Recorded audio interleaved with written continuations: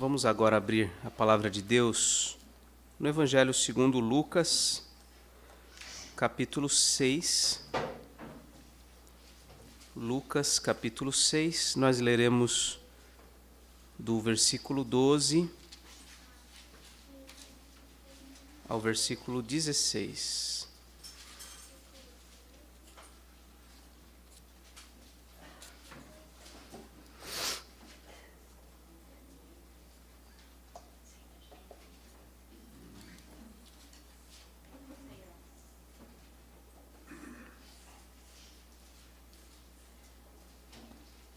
Lucas, capítulo 6, a partir do versículo 12 até o versículo 16, diz assim a palavra de Deus. Naqueles dias, retirou-se para o monte a fim de orar, e passou a noite orando a Deus. E quando amanheceu, chamou a si os seus discípulos e escolheu 12 dentre eles, aos quais deu também o nome de apóstolos. Simão, a quem acrescentou o nome de Pedro, e André, seu irmão, Tiago e João, Filipe e Bartolomeu, Mateus e Tomé, Tiago, filho de Alfeu, e Simão, chamado Zelote, Judas, filho de Tiago, e Judas Iscariotes, que se tornou traidor. Até aqui. Vamos orar. Senhor nosso Deus, cremos que a Tua palavra é viva, é eficaz, e ela, Senhor, é capaz de transformar nossa vida, é capaz de mudar o nosso coração. E que nessa hora, Senhor, apesar das minhas falhas, das falhas dos meus irmãos, o Senhor seja gracioso conosco e nos ensine, Pai, de modo que possamos compreender a Tua vontade, a Tua palavra. Assim oramos em nome de Jesus. Amém. Jesus se retira para orar e escolhe 12 apóstolos. É isso que está acontecendo nesse pequeno trecho da palavra. Em primeiro lugar, a gente vê aí no versículo 12 que Jesus passou a noite orando a Deus no monte. E algumas perguntas podem vir à nossa mente quando pensamos nessa cena. Jesus subindo a um monte a fim de orar. Por que Jesus se retirou para o monte? O monte seria um lugar especial de oração? Se sim, nós deveríamos, talvez, ir aos montes para orar? Nessa oração, durante toda a noite, o que Jesus falou ao seu Pai? O que ele pediu? Ele falou a respeito de quem?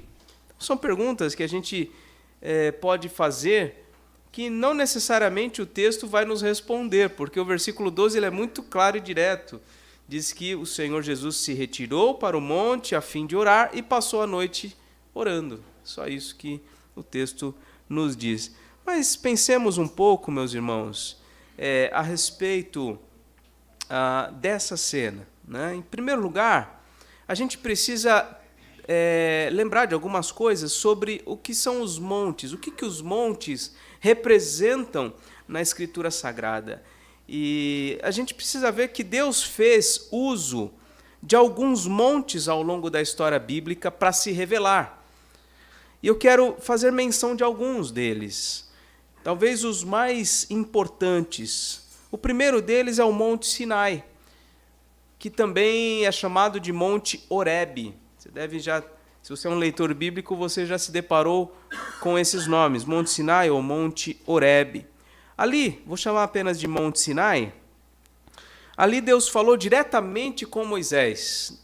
Logo que ele chamou Moisés para ser o libertador do povo de Israel. Essa cena se encontra em Êxodo, capítulo 3.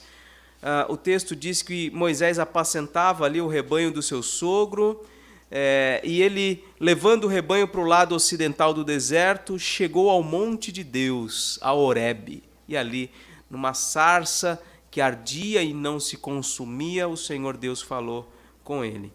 Ali, Deus disse que Moisés deveria retornar, mas não sozinho, retornar com todo Israel. para ali adorar ao Senhor. No mesmo capítulo de Êxodo 3, diz assim: eu serei contigo, Deus falando a Moisés, e este será o sinal de que eu te enviei. Depois de haveres tirado o povo do Egito, servireis a Deus neste monte. E aí a gente vê que isso de fato acontece no capítulo 19 de Êxodo. Ali Moisés chega com todo o povo de Israel e Deus ali se manifesta poderosamente naquele monte, estabelecendo a sua aliança com o povo. Em Êxodo 19, versículo 16 em diante, diz assim: ao amanhecer do terceiro dia, houve trovões, relâmpagos, uma espessa nuvem sobre o monte, muito forte clangor de trombeta, de maneira que todo o povo estava no arraial se estremeceu. E Moisés falou ao povo fora do arraial, ao encontro de Deus, e puseram-se ao pé do monte. Todo o monte Sinai fumegava, porque o Senhor descera sobre ele em fogo. A sua fumaça subiu como fumaça de uma fornalha, e todo o monte tremia grandemente. E o clangor da trombeta ia aumentando cada vez mais. Moisés falava e Deus lhe respondia no trovão. Então imagina a cena, Deus ali se manifestando no monte. Depois, se quiser dar um Google, escreve lá Monte Sinai, você vai ver como que é o Monte Sinai. No capítulo seguinte, nós vemos o capítulo 20, é nessa cena, nesse contexto que o Senhor Deus dá os 10 mandamentos, né? Nesse contexto de algo terrível, Deus se manifestando poderosamente naquele monte. Então, o primeiro monte que Deus usou, que é bem significativo na Escritura, é o Monte Sinai. O segundo é o Monte Moriá. Monte Moriá. Em Gênesis capítulo 22, nós lemos que o Senhor Deus chamou Abraão e disse para ele que ele deveria apresentar o seu filho e sacrificar o seu próprio filho, e deveria fazer isso no monte. Em Gênesis 22, 2, é dito o seguinte: acrescentou Deus: toma o teu filho, teu único filho, Isaque, a quem amas, e vai-te à terra de Moriá, oferece-o ali em holocausto sobre um dos montes que eu te mostrarei.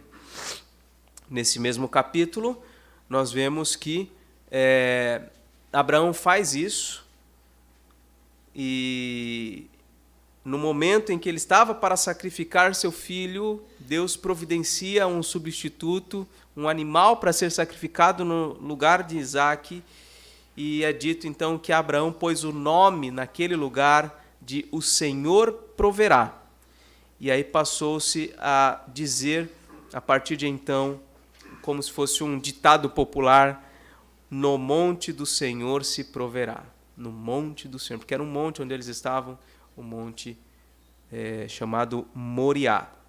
Mas esse monte não aparece apenas nesse contexto de Gênesis 22. Tem uma cena descrita no livro das Crônicas, de quando Davi levantou um censo para saber quantos homens, quantos soldados, qual era o número da sua população. E esse censo foi reprovado por Deus, e Deus então castiga o povo por causa do pecado de Davi. Deus puniu o povo devido a esse pecado e enviou um anjo, diz o texto de 1 Crônicas 22, à eira de Ornã o Jebuseu, um lugar ali chamado, que pertencia a esse homem chamado Ornã. E aí Davi orou a Deus, o anjo do Senhor ordenou que Davi subisse até lá, onde estava o anjo. Ele estava com uma espada desembainhada, e a peste corria solto no povo, o povo estava sendo massacrado. E aí o anjo então fala para Davi subir, Davi sobe, mas antes ele vai até o proprietário daquele lugar, até Ornã, compra de Ornã aquele lugar, pelo custo de 600 ciclos de ouro. Ali ele edifica um altar ao Senhor, oferece holocaustos, ele invoca o Senhor naquele lugar, e o Senhor lhe responde com fogo do céu, descendo sobre o altar do holocausto, ali no Monte Moriá, Deus se manifestando de modo especial naquele monte. E então o anjo do Senhor, depois disso, meteu a espada na bainha e a peste cessou. E aquele lugar passou a ser o local de sacrifício de Davi. Davi, ele estava apartado de Jerusalém, fugindo de Saul, fugindo de todo mundo, e ele então passou a frequentar aquele lugar para sacrificar ao Senhor, porque o Senhor Deus lhe respondeu naquele lugar. Então Davi, inclusive, determinou que ali, naquele monte, se levantaria a casa do Senhor. Isso em 1 Crônicas 22, antes dele assumir de fato o reino, antes dele passar o reino a Salomão. E no segundo livro das Crônicas, capítulo 3, Salomão recebe a incumbência de edificar a casa do Senhor. E onde ele vai edificar? Naquele monte, no Monte Moriá. Diz ali o texto que começou Salomão a edificar a casa do Senhor em Jerusalém, no Monte Moriá, onde o Senhor aparecera a Davi, seu pai, lugar que Davi tinha designado na eira de Ornã, o Jebuseu. Então, mais um monte importantíssimo na história bíblica, o Monte Moriá. O primeiro foi o Monte Sião, Monte Moriá, e agora o terceiro e último que eu quero destacar, o Monte Carmelo, um monte em que o Senhor Deus respondeu à oração de Elias, numa disputa com os falsos profetas dos seus dias. Elias orou e o Senhor Deus fez descer fogo do céu sobre um holocausto que estava totalmente encharcado de água, e ali ele consome, o fogo desce do céu, consome todo aquele sacrifício. Devido a isso, Elias passa a ser perseguido mais intensamente por Jezabel, e com medo de Jezabel ele vai para o deserto, e ele é encaminhado por Deus para o Monte Horebe, que é de volta o primeiro monte, o Monte Sinai, onde Deus fala com ele, onde Deus o reanima, e ele então segue para cumprir a vontade de Deus em algumas questões. Então, o primeiro ponto que eu quero destacar é esse, que Deus fez uso de alguns montes ao longo da história bíblica para se revelar, para se manifestar de modo especial. A segunda coisa que eu quero destacar aqui é que o monte do Senhor, essa ideia de o monte do Senhor, não é especificamente um local físico somente. A Escritura utiliza essa ideia de o monte do Senhor como o local da sua habitação, onde homem nenhum é capaz de chegar. A gente pode ver isso, por exemplo, no Salmo de número 15, que a gente leu na liturgia. O Salmo de número 15, Davi começa dizendo: quem, Senhor, habitará no teu tabernáculo? Quem há de morar no teu santo monte? Davi não está se referindo ao monte literal, nem o Monte Moriá, nem o Monte Sião. Ele está se referindo à habitação de Deus. Nesse lugar altíssimo onde ele está, quem é que pode chegar lá e habitar lá, e morar lá? E a resposta que Davi dá é: o que vive em integridade, pratica a justiça, de coração fala a verdade, não difama ninguém com a língua, não faz mal ao próximo, e assim por diante. Uma série de virtudes e de critérios que homem nenhum consegue atender perfeitamente, não é?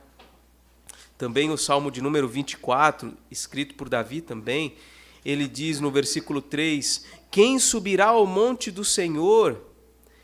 Quem há de permanecer no seu santo lugar? Quer dizer, a presença de Deus é associada a um monte, a um lugar alto, em que ninguém consegue chegar lá. A resposta que ele dá no versículo 4 é: o que é limpo de mãos, puro de coração, que não entrega a sua alma à falsidade, nem jura dolosamente. Então, isso é importante a gente pensar. Deus se revelou em montes reais, físicos, estão lá até hoje esses montes, mas há uma ideia bíblica de que Deus habita em um alto e sublime trono, num monte santo, num lugar altíssimo, em que ninguém pode chegar e lá permanecer. A terceira coisa que eu queria considerar aqui é que houve um monte considerado sagrado pelos samaritanos, que foi o monte de Gerizim. Deus ordenou a Moisés que quando o povo entrasse na Terra Prometida, passasse pelo Jordão e entrasse na Terra Prometida, algumas tribos deveriam ir para o Monte Gerizim e outras deveriam ir para o Monte Ebal. Aqueles que são montes relativamente próximos. Aqueles que fossem para o Monte Gerizim deveriam declarar bênção sobre o povo no caso da obediência. Né? Eles obedecendo, então, seriam abençoados por Deus. Outra parte do povo iria para o Monte Ebal, onde ali eles pronunciariam maldições sobre o povo para quando o povo viesse a desobedecer a lei de Deus. Isso está registrado no livro de Deuteronômio, capítulo 11. Mas, embora Deus tenha designado quais montes, o que eles deveriam fazer, Deus não escolheu nenhum desses montes para fazer ali habitar o seu nome. Deus não escolheu nenhum deles. Tanto que se você ler o capítulo 12 de Deuteronômio, Moisés vai falar, olha, vocês vão adorar a Deus num monte que ele ainda vai escolher. Então não ficou claro que seriam nenhum deles. Mas, devido a conflitos internos do povo de Israel, houve aquela divisão, povo do norte, povo do sul. Esse povo do norte, onde não estava Jerusalém, Jerusalém estava no sul, o monte, a casa de Deus estava no sul, lá eles escolheram um monte para ser o monte sagrado. Né? Isso se desenvolveu posteriormente, inclusive quando o povo estava no exílio, o remanescente de Israel se misturou a outros povos pagãos e ali no Monte Gerizim, aquele monte que lá no passado tinha sido escolhido por Deus apenas para esse fim, de haver pronunciamento de bênção sobre o povo de Deus, ali eles escolhem para ser um monte sagrado, um monte de adoração. E por que esse monte de Gerizim se tornou importante na história bíblica, já que Deus escolheu ele apenas para uma finalidade específica, num momento específico ali da entrada do povo no Jordão, na Terra Prometida, depois de atravessar o Jordão? Por que esse monte se tornou importante? Porque depois de muitos anos ali, o Senhor Jesus, fazendo uma das suas viagens, ele passa por Samaria e ele tem um encontro ali, um diálogo com uma mulher samaritana, e esse encontro é naquele monte, no Monte Gerizim, e ali o Senhor Jesus nos fala algo importantíssimo nesse contexto. Em João capítulo 4, a mulher diz assim para Jesus: nossos pais adoravam neste monte, Monte Gerizim. Vós, os judeus, entretanto, dizeis que lá em Jerusalém é o lugar onde se deve adorar.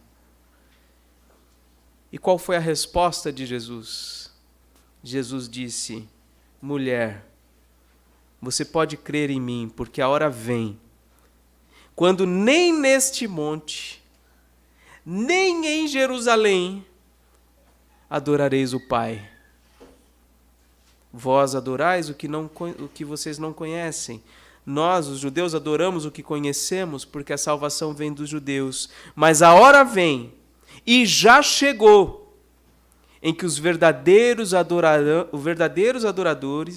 adorarão o Pai, não mais neste monte, nem lá em Jerusalém, mas adorarão o Pai em espírito e em verdade.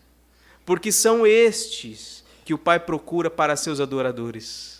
Não são aqueles que vão a um determinado monte aqui ou acolá, mas aqueles que adoram a Jesus, ou adoram ao Pai em espírito e em verdade. E importa, ele conclui, que os seus adoradores o adorem em espírito e em verdade. E quem era Jesus para dizer isto? Que autoridade ele tinha? Jesus, quando Jesus diz isso, a mulher fala assim para ele: eu sei que há de vir o Messias, chamado Cristo, e quando ele vier, ele nos anunciará todas as coisas, ele vai nos falar a respeito da vontade de Deus. E a resposta de Jesus é: eu sou. Eu que falo contigo. Então, o novo local de adoração não é mais nenhum monte sagrado que possamos ver ou que possamos pisar. É interessante fazermos uma viagem a Israel, conhecermos os montes, sem dúvida, isso deve ser sensacional. Mas esses montes não são mais sagrados para o povo de Deus, porque o Senhor Jesus definiu o novo local de adoração, e esse novo, entre aspas, local de adoração é o próprio Cristo. Jesus disse: eu sou o caminho, a verdade e a vida, e ninguém vem ao Pai senão por mim. Vocês querem adorar ao Pai, vocês precisam vir a mim. Então, se Jesus é o monte santo a quem nós devemos buscar para adorar ao Pai, por que nessa cena aqui, voltando ao texto de Lucas 6, versículo 12, por que ele se retira para o monte? O que há de especial nesse monte? Certamente, meus irmãos, Jesus não se retirou para um monte, que nem é dito qual foi, a fim de buscar um local sagrado, nem mesmo um local que pudesse estar mais perto do Pai, não. Ele próprio afirmou: quem vê a mim, vê o Pai. Então ele não está buscando um local mais próximo do Pai, ele é a encarnação de Deus. Ele não está buscando isso. A ênfase do texto, a meu ver, não está na palavra monte. Embora a gente está falando tanto sobre monte, a ênfase está, no meu entendimento, sobre a palavra retirou-se. Jesus deseja um tempo de comunhão com o seu Pai, sem interferências externas. Por isso ele se retira para um monte. O monte é um lugar especial de oração, então? Talvez, meus irmãos, os montes não sejam mais um local especial de oração. Jesus mesmo disse, até foi lido na liturgia: tu, porém, quando orares, entra onde? No teu quarto. E fechada a porta, orarás a teu Pai que está em secreto. E teu Pai que vem em secreto te recompensará. Jesus não disse para nós irmos a nenhum monte a fim de orar. Mas se Jesus foi até o monte para orar, nós deveríamos ir também, seguir seu exemplo? Meus irmãos, não há razões bíblicas para nós atribuirmos a um monte um local especial de oração. Mas, por outro lado, certamente não há problema nenhum em você ir para qualquer lugar, que pode até ser um monte, a fim de se retirar para orar, ter um tempo a sós com o Senhor, sem qualquer interferência externa. Você pode fazer isso, deve fazer isso num quarto, no seu próprio quarto, ou num local distante, na praia talvez, ou até em um monte, não há problema nenhum. O problema é quando nós atribuímos a um determinado local uma sacralidade que não é própria dele. Porque se há um local a quem nós podemos buscar, devemos buscar para adorar ao Pai, esse é Jesus. Somente Jesus. O problema não é quando os crentes vão para um monte. O problema é que quando eles não vão sozinhos. Eles não vão para se retirar, para ter um tempo a sós sem qualquer interferência. E também não vão somente para orar, muitas vezes. Tem uma série de outras coisas que acontecem nesses ambientes. Então, meus irmãos, certamente podemos fazer uso de um monte qualquer para orarmos a Deus, mas não atribuamos a esse monte algo especial, porque se tem alguém especial que nos leva até o Pai, esse é Jesus. Jesus. E o que Jesus teria falado durante tantas horas com o Pai? O versículo realmente também não diz.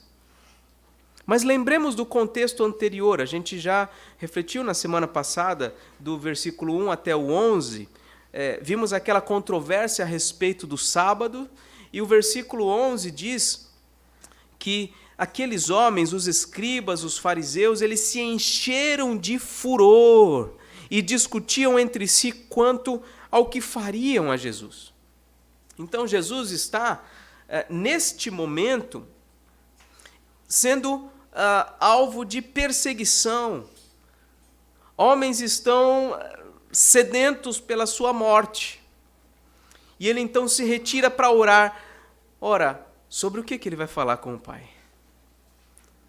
Certamente, naquela oração durante a noite, Jesus orou por seus inimigos. Um dos motivos de sua oração naquela noite certamente foi por seus inimigos. Ele disse em Mateus 5,14: amai os vossos inimigos e orai pelos que vos perseguem. Então, certamente, Jesus orou pelos seus inimigos. Mas será que tinha algum outro assunto que Jesus poderia ter falado com o seu Pai? Eu creio que sim. Certamente, Jesus mencionou seus inimigos na sua oração, mas certamente também Jesus pediu por graça e sabedoria a respeito do que ele deveria fazer na manhã seguinte, que era a escolha de alguns homens para serem suas testemunhas. Aquela controvérsia a respeito do sábado foi o estopim de um processo que levaria algum tempo até culminar na sua morte. Era o tempo que ele tinha para preparar homens que seriam suas testemunhas. Por isso que ele se prepara durante aquela noite em oração, buscando graça e sabedoria para essa escolha que ele faria. Jesus teria esse tempo, até a sua morte, para preparar homens, para que pudessem propagar os seus ensinos, para que pudessem ser testemunhas da sua ressurreição após sua subida ao céu. Então era importante que ele trouxesse um grupo para mais perto dele. E ele estava então ali, prestes a tomar uma decisão crucial no seu ministério, e para isso ele se retira para orar. E eis aqui uma questão para a gente pensar. O que você tem feito quando você está prestes a tomar uma decisão muito importante na sua vida? A quem você busca? Quais conselhos? Quais vozes você ouve? Com quem você vai conversar quando você precisa tomar uma decisão importantíssima na sua vida? Jesus, nós sabemos, é o homem perfeito. Ele é o homem justo, íntegro, limpo de mãos, puro de coração, que segue todas aquelas, que atende a todas aquelas qualificações do Salmo 15 e do Salmo 24 que a gente leu. E ele, meus irmãos, ao se deparar com a necessidade de tomar uma decisão, de fazer algo importante na sua vida, ele se separa para orar. Ele busca o seu relacionamento com o seu Pai. Jesus, meus irmãos, ele morreu.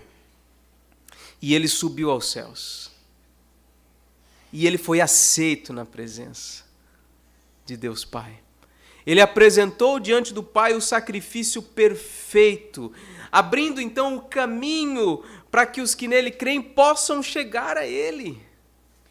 E o livro de Hebreus fala disso várias vezes. Eu não vou ler aqui, tem vários textos. Eu quero ler apenas o que consta em Hebreus 10, 19 em diante, quando o autor diz assim: irmãos, tendo intrepidez para entrar nos santos dos santos, pelo sangue de Jesus, pelo novo e vivo caminho que ele nos consagrou pelo véu, isto é, pela sua carne, e tendo grande sacerdote sobre a casa de Deus, aproximemo-nos com sincero coração, em plena certeza de fé, tendo o coração purificado de má consciência e lavado o corpo com água pura.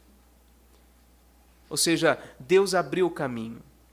Ele fez o novo e vivo caminho por meio do seu sangue. E nós podemos agora ter intrepidez e entrar na presença de Deus. Chegar a esse alto e sublime trono posto num monte santo, nós podemos chegar lá e permanecer lá, representados por Jesus Cristo, porque Ele realizou o sacrifício perfeito em nosso lugar. Ele está à destra do Pai nas alturas e nós estamos também com Ele sentados nos lugares celestiais. Que bênção a gente refletir sobre isso, meus irmãos.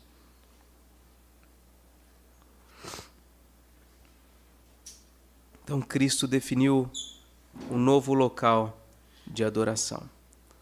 A segunda coisa que a gente vê no texto, aí no versículo 13 agora, é que Jesus chamou os seus discípulos e escolheu 12 apóstolos. Depois de orar toda a noite, Jesus chamou os seus discípulos, escolheu dentre eles, a gente não sabe quantos estavam ali, mas dentre todos aqueles discípulos, ele escolheu 12, aos quais ele deu o nome de apóstolos.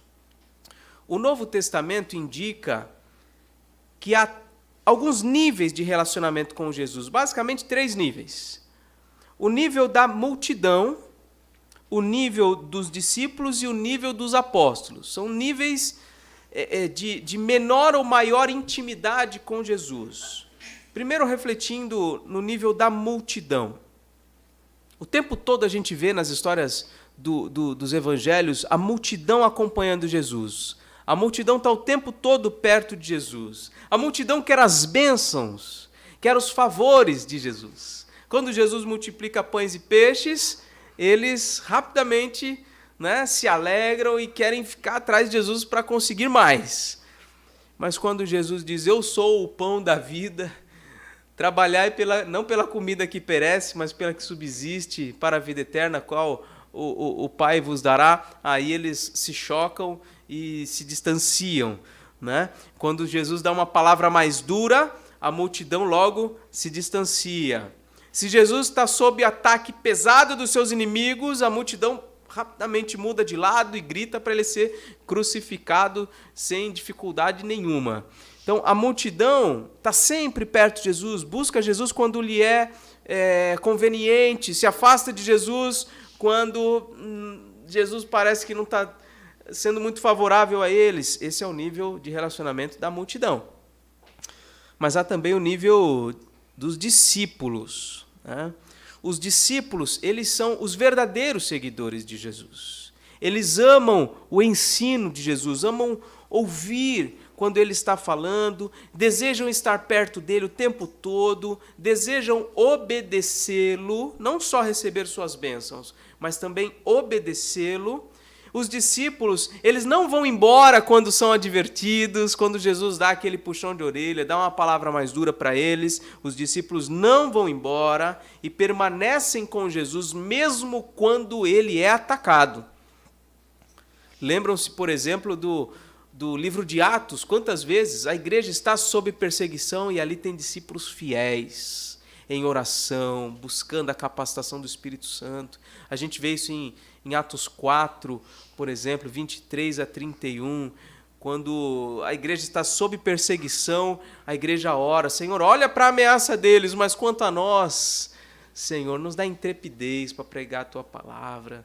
E ali Deus enche aqueles discípulos com o Seu Espírito Santo, eles se tornam ousados em pregar o Evangelho. Então os discípulos são estes, que não buscam a Deus por conveniência, não buscam a Jesus por conveniência, mas querem estar com Jesus, custe o que custar. Esse é o nível dos discípulos.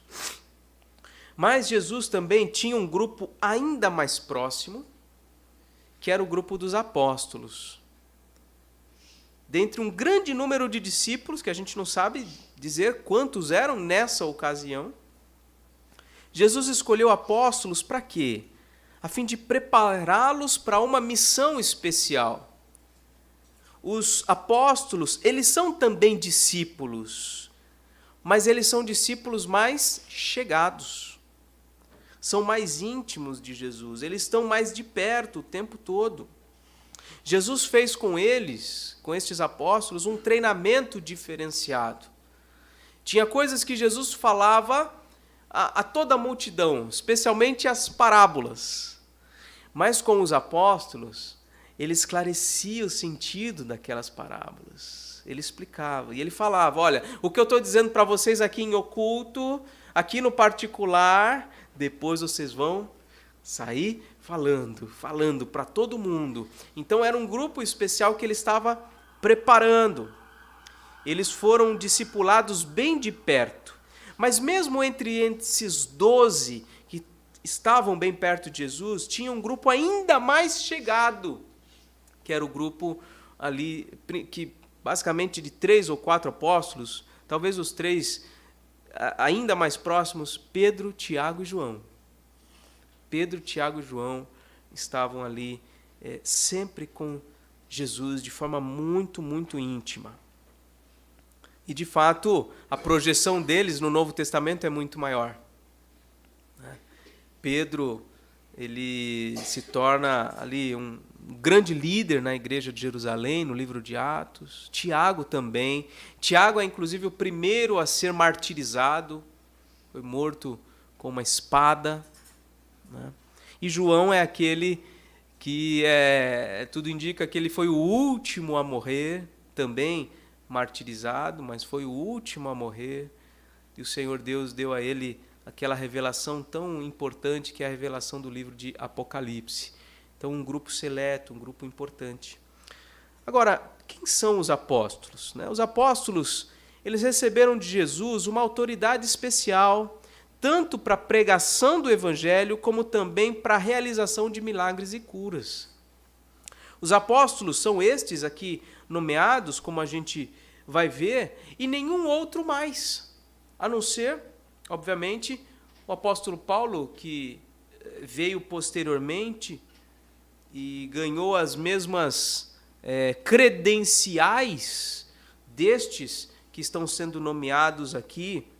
Então, meus irmãos, erram aqueles que acreditam que outros homens possam hoje ser chamados e respeitados como apóstolos, além destes que foram mencionados por Jesus.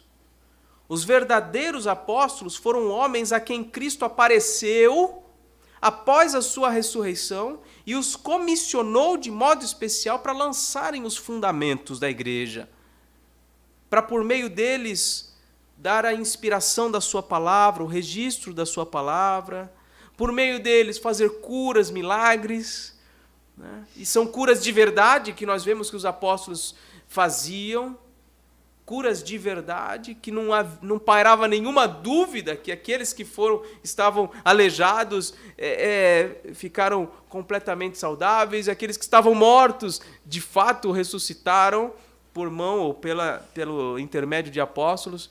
Então, estes eram apóstolos de verdade, cujas credenciais eram inconfundíveis. Mas nós não temos mais nenhum desses homens hoje. E por que 12? Por que não menos ou mais do que esse número? Lembremos, irmãos, que Israel, o neto de Abraão, Isaac e Jacó, que depois recebeu o nome de Israel, ele teve 12 filhos. Os israelitas eram um único povo, mas eles eram formados em 12 tribos, 12 famílias.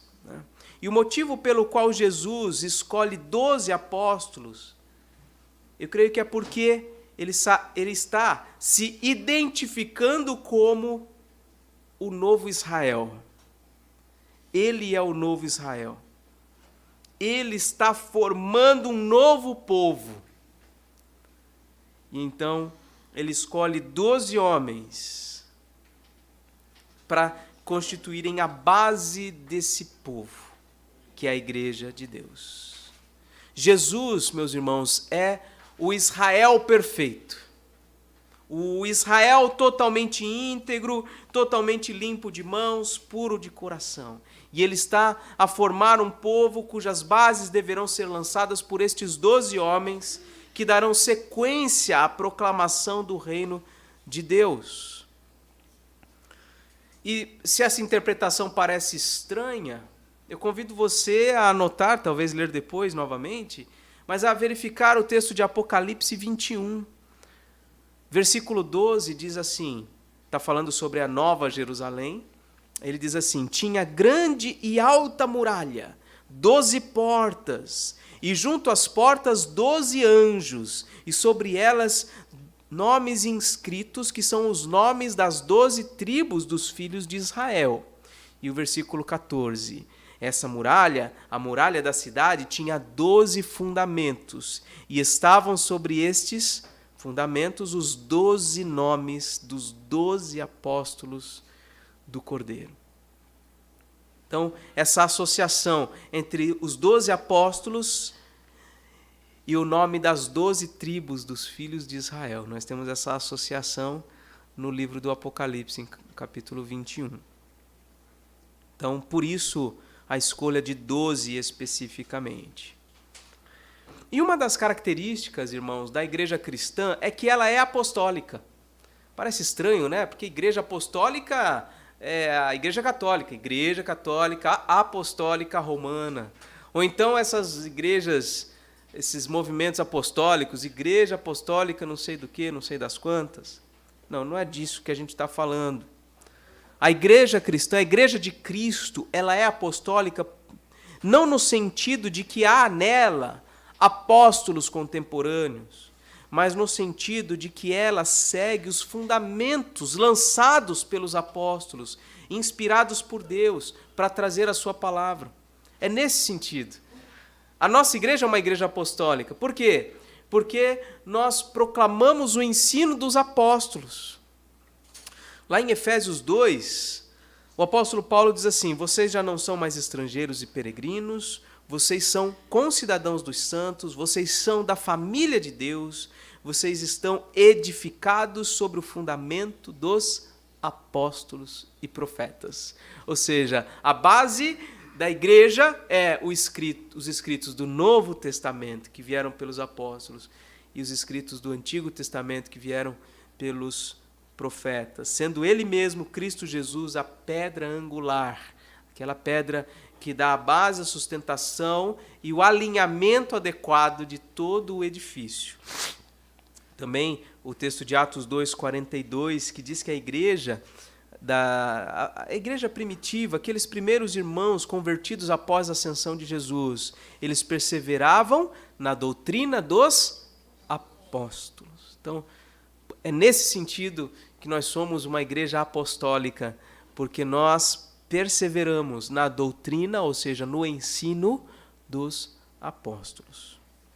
E nós temos, por fim, a terceira e última coisa desse texto é a lista propriamente dita dos apóstolos, dos 12 que foram escolhidos. Diz aí o versículo 14: Simão, a quem acrescentou o nome de Pedro, André, seu irmão, Tiago e João, Filipe e Bartolomeu, Mateus e Tomé, Tiago, filho de Alfeu, e Simão, chamado Zelote, Judas, filho de Tiago, e Judas Iscariotes, que se tornou traidor. Então, esses são os nomes que são aí descritos. Alguns destaques a respeito disso, irmãos, desses nomes, é que a escolha de Jesus não foi de homens cujas virtudes sobressaíssem sobre os demais. Jesus aqui, ele não escolheu homens que se despontavam por suas qualidades. O critério de seleção de Jesus não foi este. Inclusive, o critério de seleção não foi levando em consideração fatores econômicos, sociais, etc. Nós temos nessa lista de 12 homens de todo tipo. De todo tipo. De todas as camadas sociais, de toda ideologia, de todo tipo. Jesus escolheu para o seu grupo de apóstolos homens como quaisquer outros. Porque a partir daquele momento ele iria trabalhar na vida deles. Ele iria moldar neles o seu próprio caráter. Dentre essa lista, nós temos, por exemplo, Pedro, um homem explosivo, um homem que chegou a decepar a orelha de um soldado. Achou que ele estava lutando por uma causa e essa luta era por meio de armas. Por um lado explosivo, mas por outro lado medroso. Porque na hora do vamos ver, ele negou Jesus 3 vezes. Temos nessa lista homens como Tiago e João, que também eram homens irados. Teve uma situação em que eles chegaram a dizer, estava no meio de uma multidão, aliás, um contexto em que Jesus não foi bem recebido, e aí eles dizem para Jesus: Senhor, queres que mandemos descer fogo do céu para consumir esse povo? Que não havia recebido Jesus. Então eles eram homens também fortes, né? Irados. Jesus chegou a chamá-los de filhos do trovão, por causa disso que eles disseram, né? Queriam ver fogo caindo do céu, que é o nome Boanerges, chamaram Boanerges. Nessa lista nós temos alguém chamado aí Simão, que é o Zelote. E os zelotes, irmãos, não eram gente muito boa, assim, né? Eles queriam o bem de Israel, mas o modo como eles buscavam o bem de Israel não era lá muito legal, né? Eles formavam guerrilhas armadas para matar soldados romanos. É um deles aí que está na lista dos apóstolos. Tem nessa lista também Mateus, que era alguém associado com o império, diferente do Simão o Zelote, né? Que era totalmente contra o Império Romano e usava armas contra o Império Romano. Por outro lado, tinha Mateus, que era associado ao Império Romano, trabalhava para o Império Romano, e isso em detrimento do seu próprio povo, cobrando impostos exagerados do seu povo. E nesse grupo, inclusive, creio que com muita tristeza e dor no coração, Jesus escolheu Judas, o Iscariotes, que, como diz o versículo 16, se tornou traidor. Jesus escolheu Judas Iscariotes, por que será? Justamente, irmãos, para o cumprimento de todo o plano que ele tinha. Jesus o conhecia desde o princípio, não foi novidade quando Judas traiu. Ele conhecia Judas desde o princípio, sabia o que tinha lá naquele coração, sabia que ele o trairia, mas o escolheu a fim de que por meio dele, por meio de Judas, ele fosse entregue aos seus inimigos no tempo devido e então ele fosse morto. O testemunho de Judas, por ser um dos de perto, contou muito perante os julgadores de Jesus. Um grupo de homens que Jesus escolheu para trazer para perto dele e fazer com eles um discipulado especial. Caminhar com eles, treiná-los, capacitá-los para a obra que eles tinham a realizar à frente. Concluindo, meus irmãos, para refletir um pouco nesses pontos, nessas lições que nós retiramos desse texto. A quem você busca quando você está em perigo? Quando você está sob perseguição? Ou quando você está prestes a tomar uma decisão importante na sua vida? A quem você busca? O nosso Senhor buscou a comunhão com o Pai em oração. Se retirou para um lugar em que ele não seria interferido. E ele buscou a Deus em oração. Irmãos do passado tinham um hábito, eu creio que na Europa também, acho que nos Estados Unidos também foi bastante comum em algum momento da história. Nossos irmãos construíam suas casas e nesse projeto de construção eles definiam ali um local específico, um cômodo específico para ser o quarto de oração. Inclusive tem um filme chamado O Quarto de Guerra, interessantíssimo que mostra isso. Qual que é o seu quarto de oração? A gente precisa, meus irmãos, ter um local, um ambiente que seja adequado para esse retiro, né? Esse distanciamento dos barulhos do mundo, para a gente estar a sós com o Senhor e colocarmos diante dele as questões as quais estamos envolvidos. Segunda questão para a gente refletir: com quem você mais se identifica? Com as multidões ou com os discípulos de Jesus? Com os apóstolos, lamento dizer, mas você não vai ter chance, né? Eles já passaram, já cumpriram o seu papel. Mas ainda existe uma grande multidão que segue Jesus, que está com Jesus quando Jesus os abençoa, quando Jesus lhes é favorável, mas que quando a coisa aperta, eles se afastam. E tem também o grupo dos discípulos que estão sempre firmes, que amam ouvir a Jesus, que amam estar com Jesus, que amam obedecer a Jesus. Com qual desses grupos você mais se identifica? E a terceira e última reflexão, irmãos.